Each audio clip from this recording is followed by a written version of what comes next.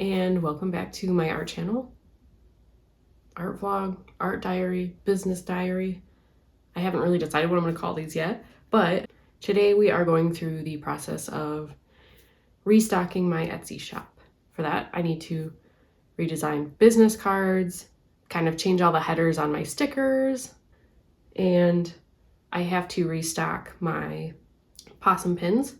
I have to restock my crow pins, which I'm thinking of turning those into magnets. They're just a little bit too big and awkward to be pins. I just don't think they work as well. So I think I'm going to switch those to magnets. I will be introducing the possum pins as magnets, which I'm very excited about. I'm excited to have one for myself. And I am introducing a new kind of clay project, and that will be a set of 4 magnets. So I'm thinking of little mushrooms for these.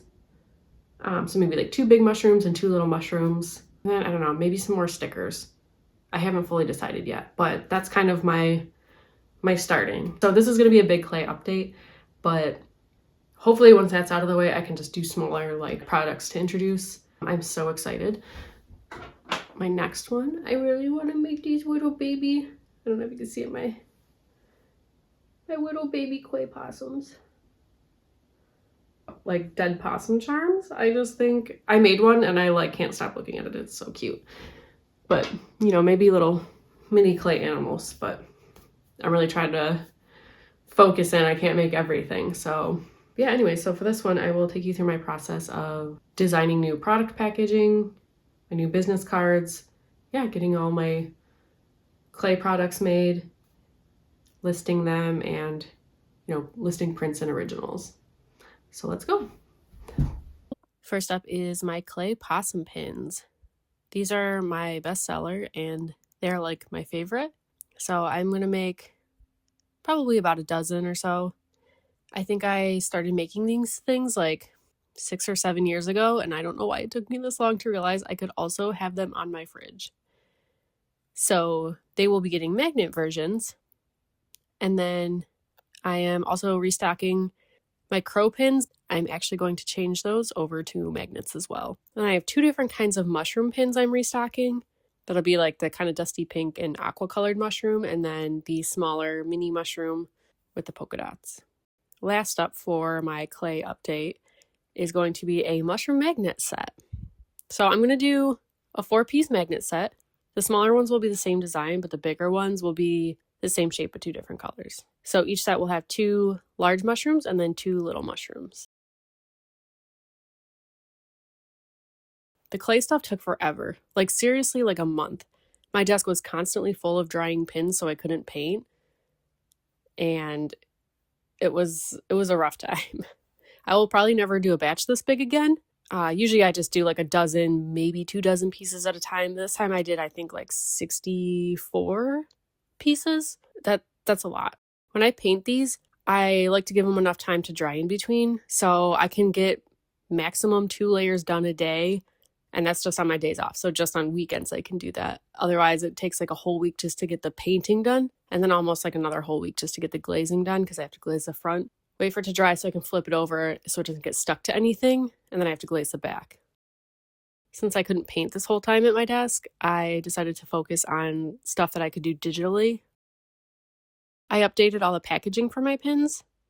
I used to hand paint each one, and I really liked how it looked, but it would take forever because they're all made from the watercolor paper, and you can only get so many cards out of one. So I needed to make something easier. Otherwise, it would probably take me a whole nother month just to get those cards made. So I use the same kind of concept of the kind of gradient of brush strokes in the background, and I just carried that over. And then I decided to put all my information on the back because I used to just print a separate sticker and manually stick it on the back. And I figured this was way easier and way more clear to read. It was a little tricky though. The first 10 iterations I did, I ended up putting holes through all the text because I kind of forgot that was going to go through. The magnet packaging took me a while to come up with, but I'm pretty happy with how it turned out, and hopefully that'll be okay.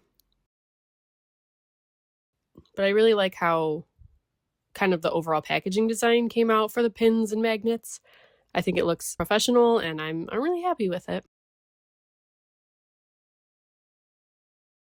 But for this whole update, I kind of had a lot going on with it.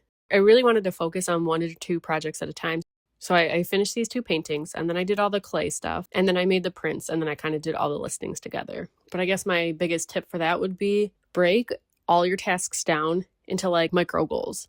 The smaller the better, like super tiny. Even on your worst or busiest day, you can at least check one thing off the list, even if it's just setting up your desk. Even if it was only doing 1 layer of glaze or just gluing the pin backings on or just, cleaning off your desk so you can start a project. Just setting micro goals for the day instead of time blocks. It looks a little scary on paper because you're like, wow, there's like 15,000 steps, but just like blinders on, go. 1, 1, 1. The next order of business is to restock my sticker sheets. I'm sold out of my kitty ones, my mushroom ones, and my beetle stickers. But I just realized too, I have to update the info footer on them because I have like my shop and like social media handles on there. So now those all have to be updated too. And I have a couple of originals to add. One of them actually I didn't have to worry about because that one sold pretty much the minute I posted on Instagram, which was pretty crazy. I've never sold anything that fast, but it's gone to a lovely new home. So I'm really excited. And the recipient was super pumped about it as well. And I am also making prints of these 2 originals, the bear with the mushroom parasol, and then the kind of matching ink and watercolor like mushroom set there. I really actually want to print out that bear one for myself. I just think it's cute, so I figured they would make good prints. So now the fun task is to do all the product photography and listing. I have a love-hate relationship with product photography.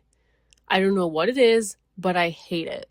Like, I love the finished version, but I don't like the whole setup and doing it. I don't know why. I don't know if it's because it takes so long or whatever. Maybe that's just my bad for procrastinating. If I have a few minutes or think of a good description, I'll get the draft going in Etsy. So I have a lot of the drafts already like partially done, so that makes it easier. And then I just have to edit the photos, put them in there, and get all the other kind of like important information up. Now that the shelves are stocked again, so to speak, the next step is to make more art and design some new products. I'm really pumped about it.